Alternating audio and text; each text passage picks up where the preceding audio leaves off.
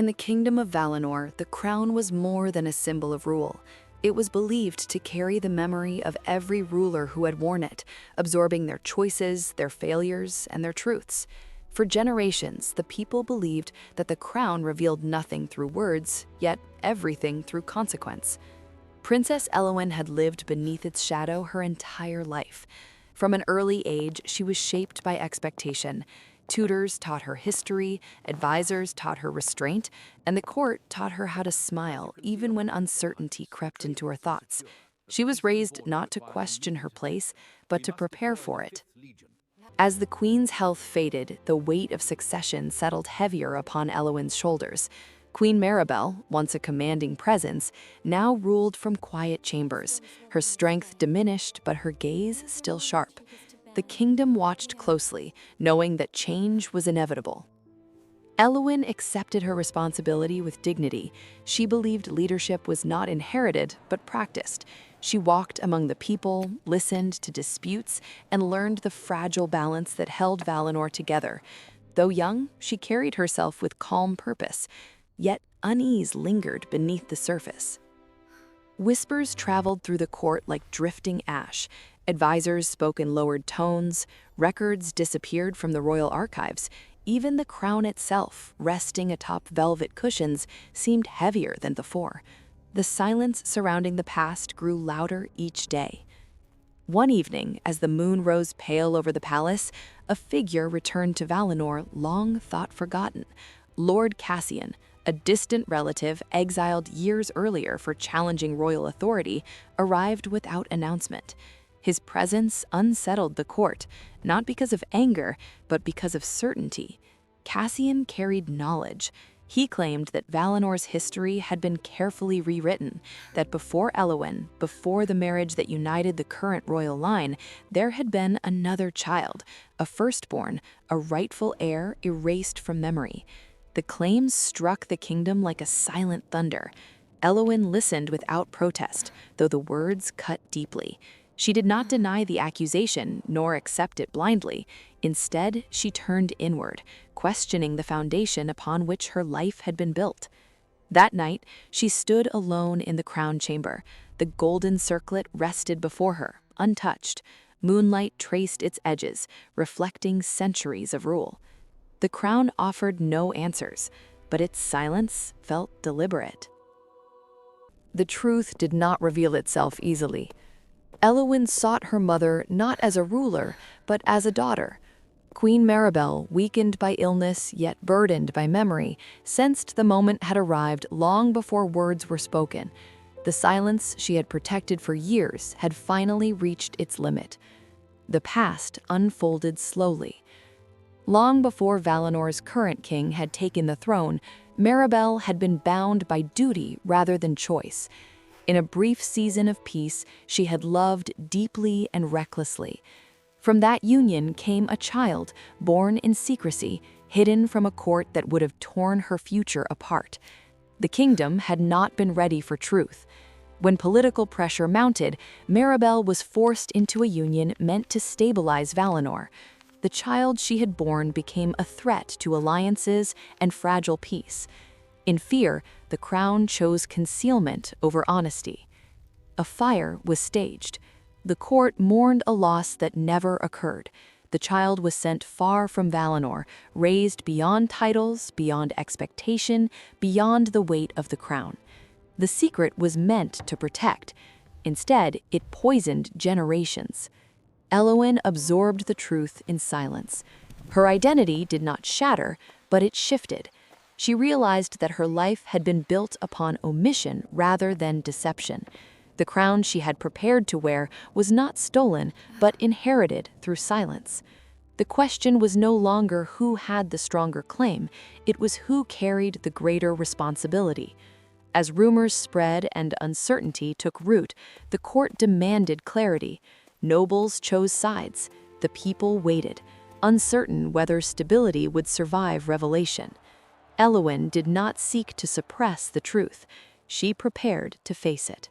The morning arrived without ceremony, yet it carried more weight than any coronation Valinor had ever witnessed. The palace awoke beneath a pale sky, sunlight filtering gently through high windows, as if reluctant to disturb what was about to unfold. Servants moved quietly. Guards stood straighter than usual. The air itself seemed to hold a breath, waiting. Princess Elowen stood alone in her chamber, fully awake long before dawn. The truth she had uncovered did not trouble her sleep. Instead, it sharpened her resolve. For the first time since whispers had begun to follow her through the halls, her thoughts were clear. She did not dress in elaborate royal colors that morning. She chose simplicity, not as an act of humility, but as a statement. What she intended to reveal did not need decoration. As she walked through the palace corridors, memories followed her, lessons learned, expectations placed upon her, and the silent assumptions that had shaped her entire life. None of them felt false anymore. They simply felt incomplete. The crown chamber awaited her, quiet and untouched. The golden circlet rested where it always had, reflecting light without judgment. Elowen approached it slowly, studying the engravings that told the story of Valinor's rulers, names carved with pride, triumphs remembered, failures quietly ignored. For generations, the crown had demanded silence. Today, silence would no longer serve it. The court gathered soon after. Advisors filled the chamber, nobles lined the walls, and representatives of the people stood behind them. Word had spread that Elowen intended to address the kingdom directly. Some expected reassurance, others feared upheaval. No one expected honesty. Elowen stepped forward without hesitation. Her posture was steady, her gaze unwavering. She did not look toward the crown as she spoke. Instead, she looked toward the people. She revealed the truth in full. The secret union that predated her parents' marriage, the child born beyond the reach of the court, the decision made in fear rather than malice, the fire staged to erase a life from memory, not to destroy it, but to protect it from the weight of royalty. She did not defend the past, she explained it. Fear had shaped those choices. Fear of instability, fear of scandal, fear of a kingdom not ready to face complexity. Yet fear, Elowen acknowledged, did not excuse silence. It only delayed consequence. The chamber remained still. The truth rippled outward, unsettling old loyalties and assumptions. Yet no cries rose, no rebellion followed. Instead, something unexpected took hold. Understanding.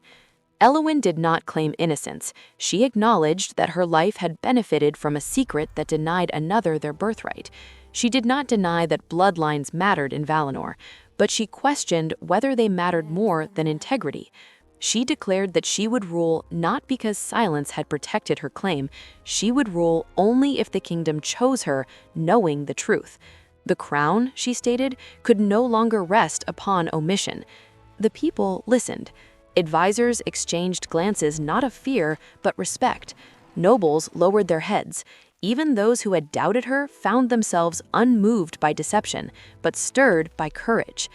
In the days that followed, Elowen did not rush to claim the throne. She opened the royal archives, allowing records long hidden to be restored. Forgotten names were written back into history. The kingdom was invited to learn what had been concealed. The rightful heir, wherever life had taken her, was acknowledged openly, not summoned, not forced into destiny, but honored with truth.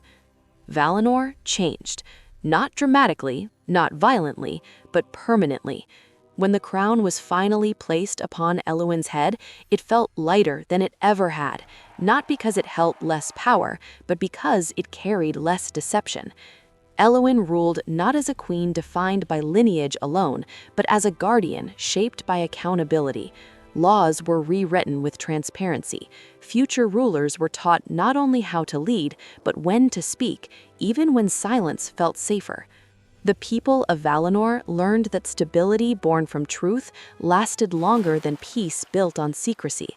And the crown, once a symbol of unspoken history, became a reminder that authority demanded honesty. For the first time in generations, the crown did not speak through silence. It spoke through trust.